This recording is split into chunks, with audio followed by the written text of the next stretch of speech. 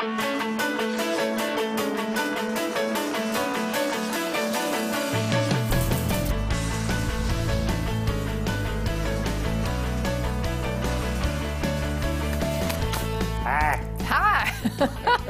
How is everybody? Welcome to Ozarks Live. Good to see you. All right, good to see you. What's going on?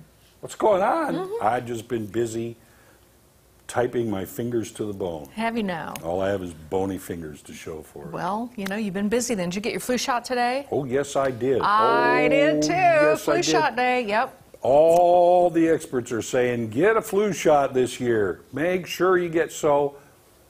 Considering they're much smarter than I am about those things, I got a flu shot. Yes, I did. I'm amazed at people who say, are you going to get one? Like as though I don't get one and I never have and I'm not sure. I guess I just have been around a family for a long time. We just always get the flu shot. So yeah, I'm going to get it. I missed last year for the first time in a long time because I wasn't here when they were giving the flu shots. Oh, yeah. And I just missed out on it completely, and that's my own fault. Luckily, I didn't get any flu. But this year, I put my name on that list. I was like number 2 or 3. Yeah. I made sure. Yeah, it's the season for that. It's hard to believe it's already here, but you know, I don't want the flu. I honestly, I've had the flu before, and I'm trying to remember if I was actually diagnosed with the flu or if I just knew I had the flu, because you know you get so sick you don't want to go. Oh, you feel like you've been beaten up. Yeah, and that was the thing with me, was that you just felt like you'd been, you know, run over by a truck. Yeah, just with beaten COVID up. out there right now, you don't need to weaken your defenses any more than they might, they might be to begin with. Are you finding that more and more people had it that you didn't know that they had it? Does that make sense? Like COVID? Yeah, like because you don't see as many people necessarily because maybe we're not going out as much. I'm finding out about people that I know, and they go, "Oh, I did have it." Yes, well, and I've actually found out about a couple people that had it that were hospitalized, and I didn't even know they had it, much less they were hospitalized. I've also known more people, and not like they're my immediate, immediate right. people, but it's like, oh yeah, I know that person. Oh yeah. And that always makes me feel like the circle is getting smaller, and it's really more of a not if, but when kind of thing. And I don't mean to be alarmist or anything like that. I'm just saying that's the way it makes me feel. So I try to be as careful as I can. Yeah. And I know I slip up sometimes, but I do my best. Yeah, you try your best under the current circumstances. But anyway, so there you go. All right. Now, we have a fun show for you guys today. Bruce Porter is in the house for some more great information for dollars and cents. Yeah, and I got to head over to the Springfield Branson National Airport today to talk with Kent Boyd a little bit about, we've talked to him once since the COVID started about what's going on in the world of travel. Is anyone traveling? There is something new happening at some airports that you're going to want to know about, so it doesn't sort of blindside you. Okay. Yeah. All right. And we have some new music from a new artist, so get ready to be blown away by Isaac Kenneth. Yep, look forward to that, but before we get to it, we're going to show you what's on the radar. Okay, ding-a-ding-a-ding-a-ding-a-ding, that's a bell. Time for another Guinness report, and this one can really be handy, a handy skill if you have a lot of walnut bread to bake. All right? Mohammed Rashid of Pakistan has set a new world record for cracking walnuts in 1 minute. And this took place on the set of La Nota Day Record TV special in Italy. Take a look. Go.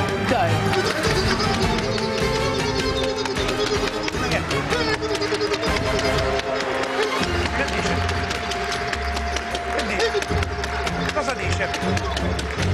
Ma lui parla pure! Ah, ma questo parla! Si carica! Vai! Passi dal ritmo!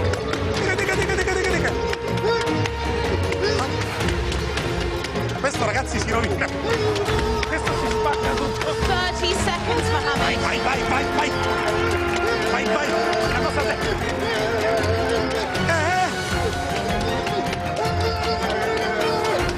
Te prego, fermate!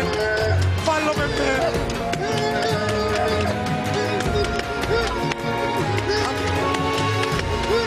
Seconds.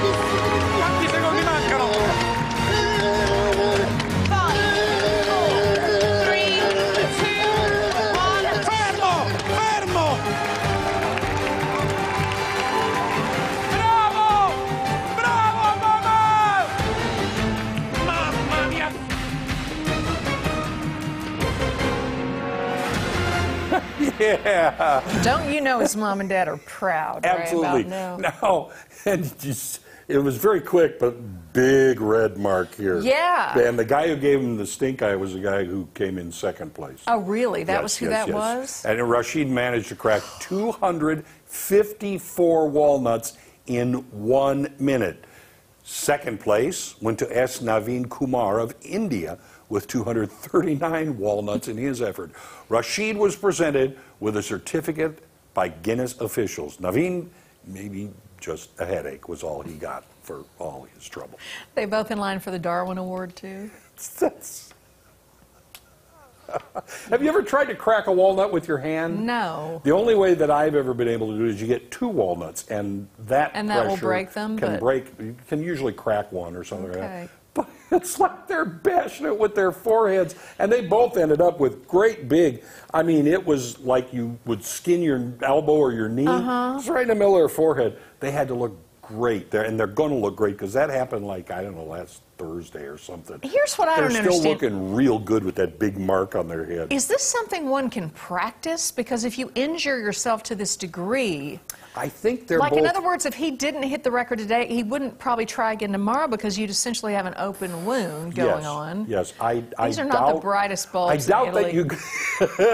I think they're martial arts artists. You know, so they break things all the time, but no. It's a waste of walnuts, if you ask me. Yeah. Gosh, Yes. stupid idea. All right. You want to talk about records? Uh-huh. All right, I got one for you. This one is important because it was set in the great state of Arkansas, okay, my home state. Oh, okay. A group of 4 men were recently out on Lake Marisach. I'm not sure if I'm saying that correctly, but it's southeast of Pine Bluff. Sorry, I do not know the name of this lake for sure. Either way, when they spotted this large gator in the water, okay, now they weren't really sure how big the gator was, but after harpooning the beast and being dragged around the lake for about 2 hours, they were finally able to land this monster. And yeah, I do mean monster. Reportedly, the gator weighed in at 800 pounds, but more importantly, measured out to about 13 feet, 11 and a half inches long. Okay, according to the Arkansas Game and Fish Commission, it was the longest alligator harvested in Arkansas state history. So talk to me about records when those walnuts you mentioned can bite back, okay? That's a big gator. That's a big gator. That's a That's lot why of walnuts. I don't know the name of the lake outside of to make note of it to not go there. Yes, don't want to swim in that one. What? See? Yeah. Yeah. Gators are that close. You know, didn't they find a little one in Table Rock like over the summer? Some guy fished a I little think baby so. out. Well, I there's just a remember when mama I went somewhere. down to Florida, I was told if there is water, and I don't care if it looks like just a little pool of water, more than likely there's an alligator in there or somewhere near. So I stayed out. Yeah. Yeah, smart move.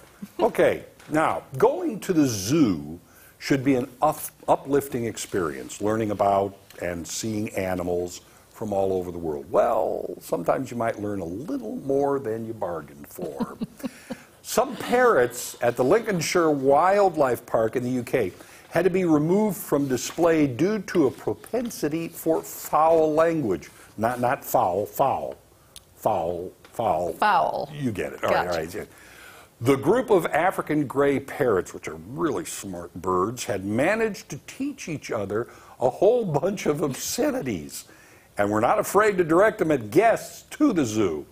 The birds had been isolated for about 15 days, and one knew a few choice phrases and taught the others. Great, of course. So, yeah, now all the birds they're working blues, so to speak. And reports began coming into officials within 20 minutes of the birds first going on display. Now, the people were not offended. They laughed, which actually triggers the birds to swear again. Well, the zoo decided that with children coming to the zoo, it might be better to fix the problem. So the swear birds have been placed in an offshore enclosure so they might be influenced by other more refined parrots and behave a little more appropriately. Unless, of course, all the other parrots start swearing as well.